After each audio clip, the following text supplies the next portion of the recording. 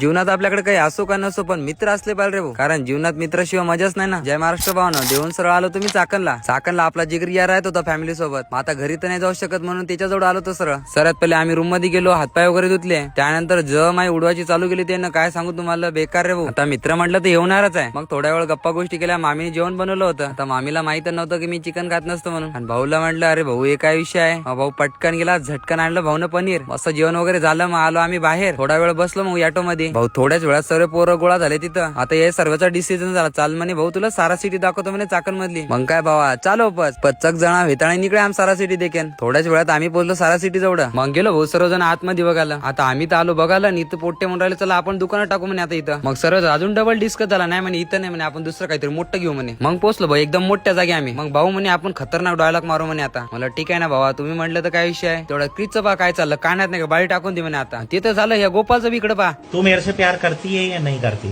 एका जागी सर्व मित्र आले ना की असंच राहते रे भाऊ.